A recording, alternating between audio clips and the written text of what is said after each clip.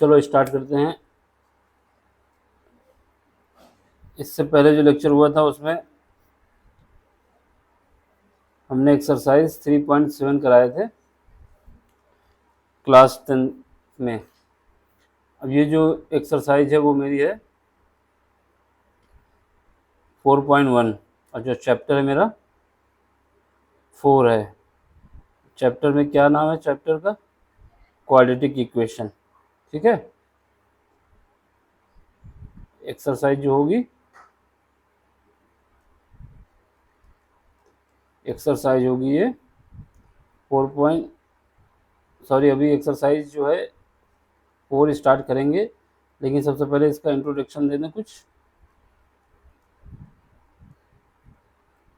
Chapter में क्या क्या फार्मूले हैं या फिर कोई कॉन्सेप्ट इसके क्या लगने वाले हैं, इसके बाद हम इसकी क्लास स्टार्ट करेंगे। जो एक्सरसाइज है एक्सरसाइज 4.1 कराएंगे, जो कि अगले लेक्चर में ही होगा। अब इसमें केवल आपको कॉन्सेप्ट बताए जाएंगे और फार्मूले जो आपको याद रखने हैं। ठीक है। ये क्लास 10th के लिए है, CBSE बोर्ड। Quadratic equation. ठीक, देख लो क्वाड्रेटिक इक्वेशन क्या होती है। इसमें जो टॉपिक हमारे क्या क्या हैं, standard form of quadratic equation, methods to solve, किस तरीके से सॉल्व करेंगे क्वाड्रेटिक इक्वेशन को, जीरोज, रूट्स एंड सोल्यूशन, और नेचर ऑफ रूट्स। ये जो नेचर क्या है रूट्स के, यानी नेचर में आ जाएगा कि रियल है कि इमेजिनरी है कि डिस्टिंक्ट रूट है। और जीरोज को ही रूट्स कहा जाता है। ठीक, तो देख लो सबसे पहले जो क्वाड्रेटिक इक्वेशन होती है वो मेरी क्या होगी, ax square plus B X plus C बराबर 0। ये हमारी क्वाड्रेटिक इक्वेशन होती है। ये याद होनी चाहिए कि अगर आपको क्वाड्रेटिक इक्वेशन बोल दिया जा रहा है तो आपको पता होना चाहिए कि ax square plus B X plus C बराबर 0, और जो इसका सोल्यूशन निकलता है मेरा, ये फार्मूला जो होता है श्रीधराचार्य फार्मूला होता है। ये होता है x is equal to minus B, यहाँ पे माइनस होता है, plus minus under root B square minus 4ac divide by 2a। और यहाँ पे जो बी स्क्वायर माइनस 4ac है, इसको डी भी कहा जाता है। डी मतलब होता है डिस्क्रिमिनेंट। ठीक है, तो ये आपका ये फार्मूला जो बन जाता है x is equal to minus B plus minus under root, यहाँ पे बी स्क्वायर माइनस 4ac की जगह क्या लिख दोगे, डी। ठीक है, और डिवाइड होता है 2a से। आपका ये भी फार्मूला होता है। ठीक, और आपकी जो ये डी है कैपिटल डी, डिस्क्रिमिनेंट। ठीक, डिस्क्रिमिनेंट। ठीक है, अब आपको क्या करना है, क्वाड्रेटिक इक्वेशन है अगर, तो जनरल फॉर्म जो है मेरा ax square plus B X plus C बराबर 0। इसमें ये जो है ए यानी एक्स स्क्वायर का कोफिशिएंट और कांस्टेंट टर्म, ये तीनों नंबर जो होते हैं मेरे रियल नंबर होते हैं। ये तीनों रियल नंबर होते हैं। और इसमें जो ए है ये कभी 0 नहीं हो सकता। बाकी सब 0 हो सकते हैं लेकिन ए 0 नहीं हो सकता। ए क्यों नहीं 0 हो सकता? अगर ए 0 हो जाएगा तो अगर ए की वैल्यू हम 0 रख देंगे तो मेरे पास जो ये टर्म है ये पूरा 0 हो जाएगा।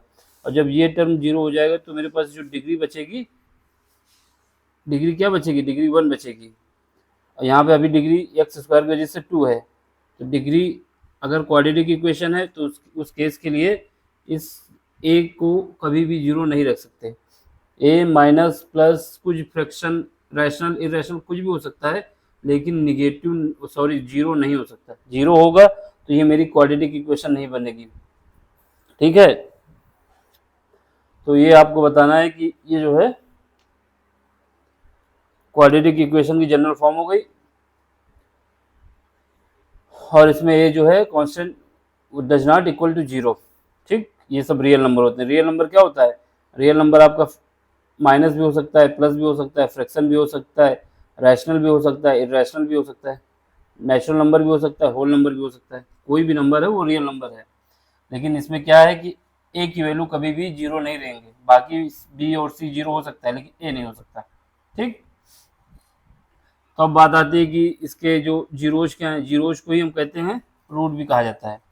जीरोज का मतलब होता है कि zeros are for a quadratic polynomial. अगर हम कोई वैल्यू हमारे पास इसका जीरोज है, यानी कोई क्वाड्रेटिक इक्वेशन है, जिसे मान लेते हैं 2x² प्लस 2x प्लस 1, है ना, या फिर इसको कह देते हैं माइनस कुछ कर देते हैं, ऐसा कुछ रखें जो कट जाए ना। कोई इक्वेशन मान लेते हैं बीजी की, जैसे मान लेते हैं क्वाड्रेटिक इक्वेशन जो हमारे पास यहाँ पे मान लेते हैं कि x², ठीक, माइनस 2x प्लस 1, ये आपको दी गई है क्वाड्रेटिक इक्वेशन। ठीक है, अब इसके जीरोज आपको पता करना है, तो इसमें क्या वैल्यू रख दिया जाए जिससे ये वैल्यू जो है मेरे पास जीरो आ जाए। ये फंक्शन है मेरा क्वाड्रेटिक इक्वेशन, इसमें x वैल्यू क्या रख दें जिससे ये पूरा फंक्शन जीरो हो जाए। तो अगर x बराबर 1 हम पुट कर दें तो ये हमारा इक्वेशन क्या हो जाएगा, 1 माइनस 2 इंटू 1 प्लस 1 बराबर जीरो। तो यहाँ पे ये क्या हो जाएगा, जब इनको ऐड करोगे तो ये माइनस का 2 है, ये दोनों ऐड हो जाएंगे, तो प्लस का 2 माइनस का 2 बराबर जीरो। यहाँ पे क्या आ गया, जीरो आ गया। तो इसका मतलब ये हुआ कि ये इसका जीरो हो जाए, मतलब ऐसी वैल्यू जो किसी क्वाड्रेटिक इक्वेशन पे रखने पे उस क्वाड्रेटिक इक्वेशन को जीरो कर देती है, वही जीरो हो जाए। तो जैसे ये क्वाड्रेटिक इक्वेशन आपको दी है P X is equal to X minus 2, दूसरे ब्रैकेट में एक्स माइनस 2, जब इसको सॉल्व करोगे तो आपके पास ये बन जाएगी x² प्लस 4 माइनस 4x। ठीक है, तो ये आपकी क्या है, क्वाड्रेटिक इक्वेशन है। अब इसमें x बराबर 2 रखोगे तो ये जीरोज हो जाएगी, तो ये आपकी जीरो हो गई। मतलब जो वैल्यू हमारे क्वाड्रेटिक इक्वेशन को जीरो कर देती है, इक्वल टू जीरो कर देती है, तो वो हमारा जीरोज है। तो यहाँ पे 2 2 हो जाएगा। ठीक, अब रूट्स क्या हैं, रूट्स भी वही होते हैं कि ये इक्वेशन को सेटिस्फाई करें। जीरोज और रूट्स में कुछ डिफरेंस नहीं है। ठीक, रूट्स भी हमारे x बराबर जीरो, x की वैल्यू पुट करने पे जीरो हो जाती है इक्वेशन, तो रूट्स हो जाते हैं वो। तो roots are for a quadratic equation. अब सोल्यूशन की बात आती है। सोल्यूशन के लिए क्या होता है, quadratic equation having equal and identical roots will have a unique solution.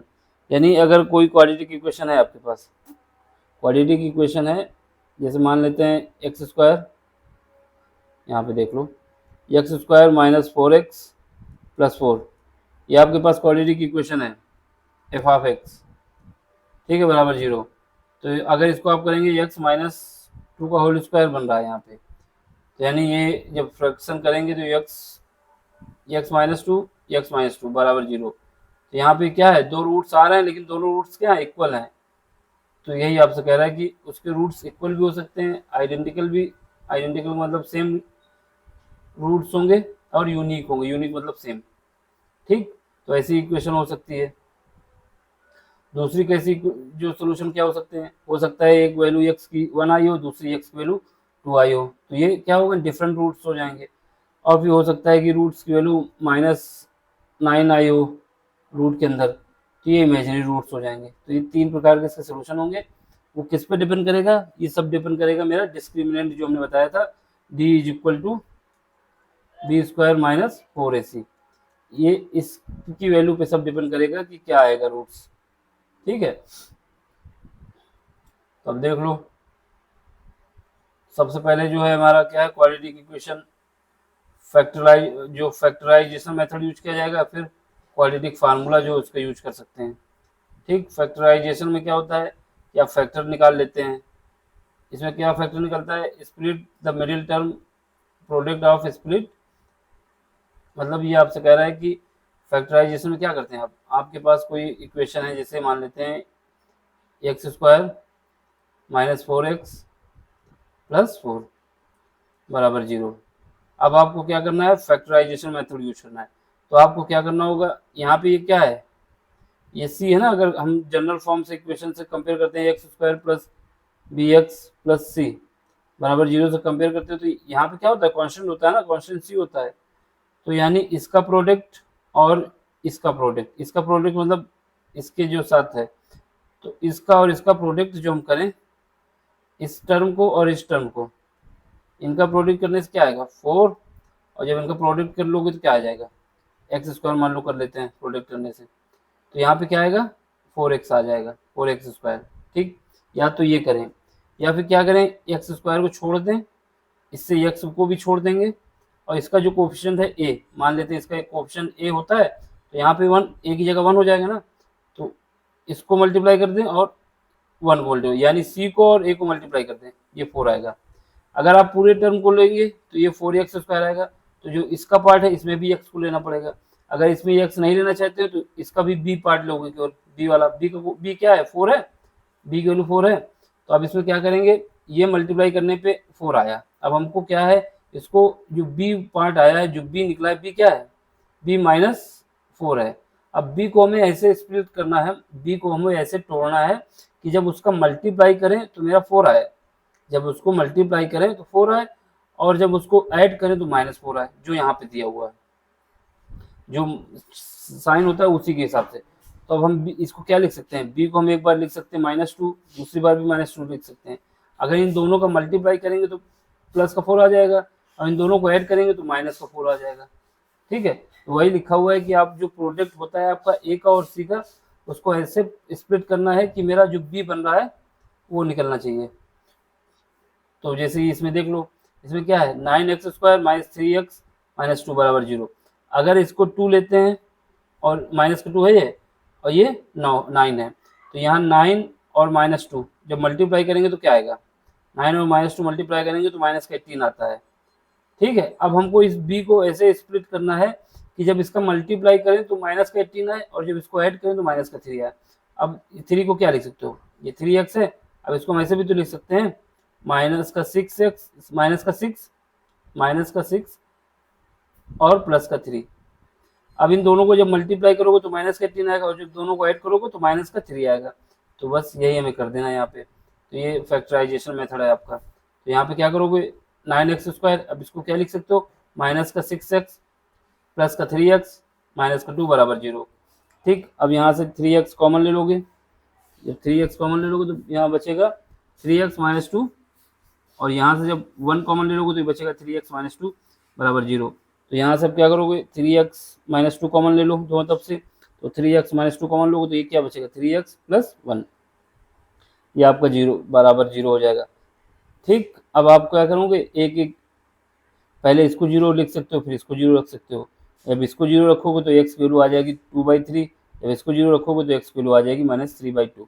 तो ये आपका क्या हो गया, फैक्टराइजेशन मेथड हो गया।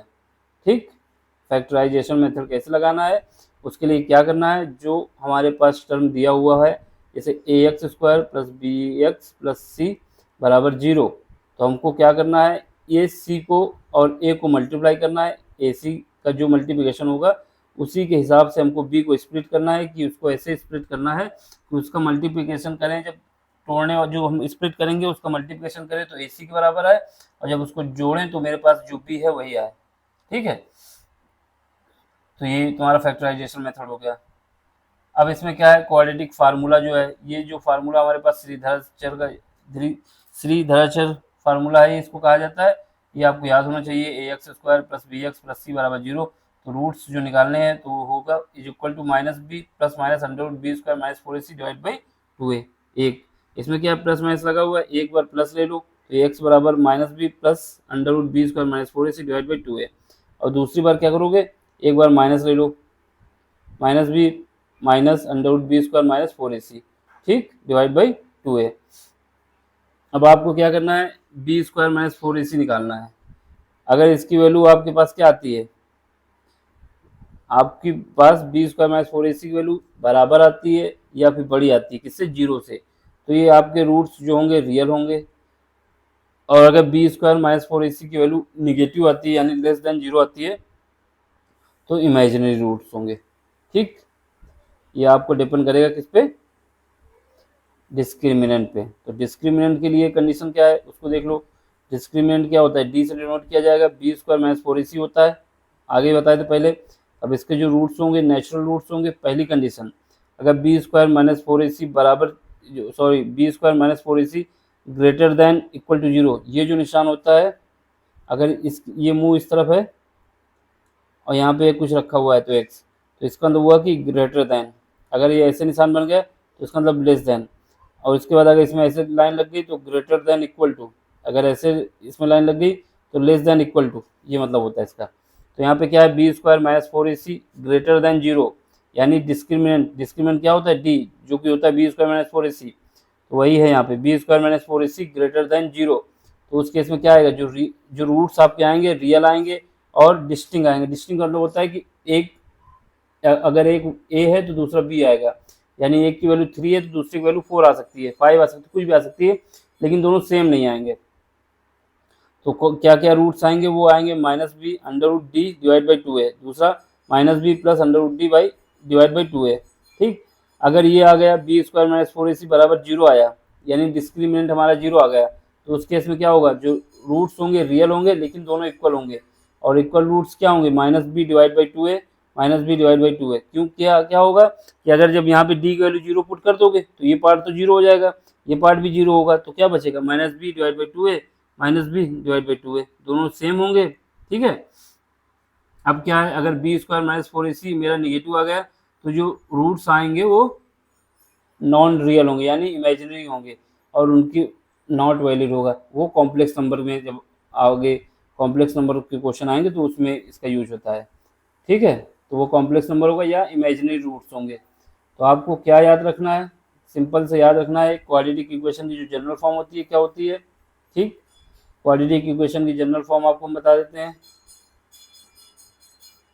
आपको इसमें ये याद रखना है कि क्वाड्रेटिक इक्वेशन आपके पास है A X square plus B X plus C बराबर 0, ये क्वाड्रेटिक इक्वेशन होगी। ठीक, ये आपको याद रखना है कि ये जनरल फॉर्म है या स्टैंडर्ड फॉर्म है, इसको स्टैंडर्ड फॉर्म कहते हैं या फिर जनरल फॉर्म। और इसमें क्या होता है, इसमें बी की वैल्यू जो है मेरे, सॉरी ए की वैल्यू कभी भी 0 नहीं हो सकती, A does not equal to 0, A does not equal to 0। ठीक, ये जनरल फॉर्म हो गई। अब इसमें क्या होता है, इसको यूज करने के लिए अगर इसके रूट्स निकालने हैं, एक तो मेथड होता है फैक्टराइजेशन, दूसरा होता है जो हमको फार्मूला याद होता है श्रीधराचार्य का, उसके लिए क्या होता है, X is equal to minus B plus minus under root B square minus 4ac divide by 2a।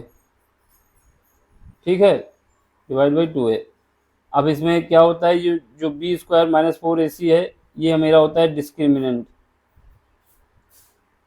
D जो होता है वो होता है डिस्क्रिमिनेंट, जो होता है B square minus 4ac, B square minus 4ac। ठीक है, बी स्क्वायर माइनस 4ac, ये इसकी वैल्यू क्या होती है, इसकी वैल्यू डिपेंड करती है, अगर इसकी वैल्यू हमारे पास क्या आ गई, यानी डी की वैल्यू हमारे पास पॉजिटिव आती है, तो हमारे जो रूट्स होंगे वो रियल होंगे और डिस्टिंग होंगे, यानी दो रूट्स होंगे, दोनों की वैल्यू अलग अलग होगी, और वो क्या होंगे, जो एक्स की वैल्यू निकल के आएगी, पहला जो सोल्यूशन होगा वो ये होगा, X is equal to minus B plus under root D divide by 2a। जो दूसरा रूट्स होगा वो होगा मेरा माइनस बी, सॉरी एक मिनट, माइनस बी प्लस हो, यहाँ माइनस हो जाएगा, अब ये रफ होगा कितनी देर में,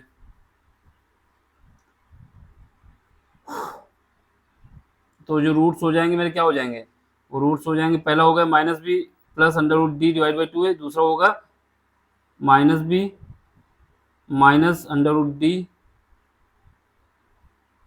डिवाइड बाई 2a। ठीक है, ये दो रूट्स हो गए, पहला दूसरा। ठीक है, अब हमें क्या करना है, तीसरा रूट, अरे सॉरी तीसरी कंडीशन, ये कौन सी कंडीशन है, जब डी की वैल्यू 0 से बड़ी है।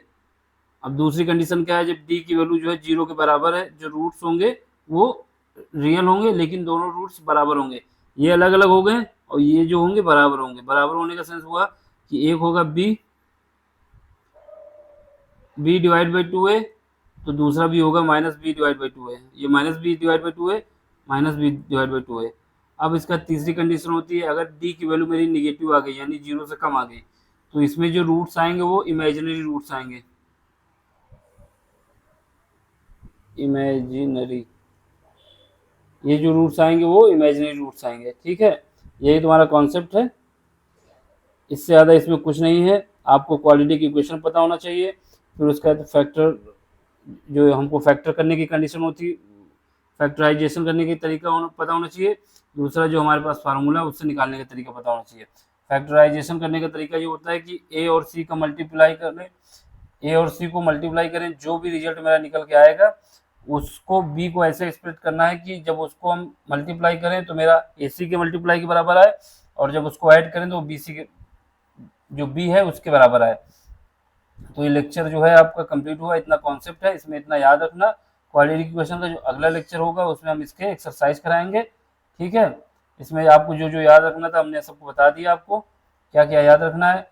और इसकी डिग्री क्या होती है, जब क्वाड्रेटिक है तो इसकी डिग्री जो यक्स की हाईएस्ट पावर होती है वही होती है, तो ये डिग्री होती है मेरी 2 इसकी। अगर आपसे पूछ लेता है क्वाड्रेटिक इक्वेशन की डिग्री क्या होगी, तो वो आपकी होगी 2। और इसमें कुछ नहीं याद रखना है। ठीक है, थैंक यू फॉर वॉचिंग। अब आगे के जो लेक्चर होंगे उसमें इसकी एक्सरसाइज कराएंगे।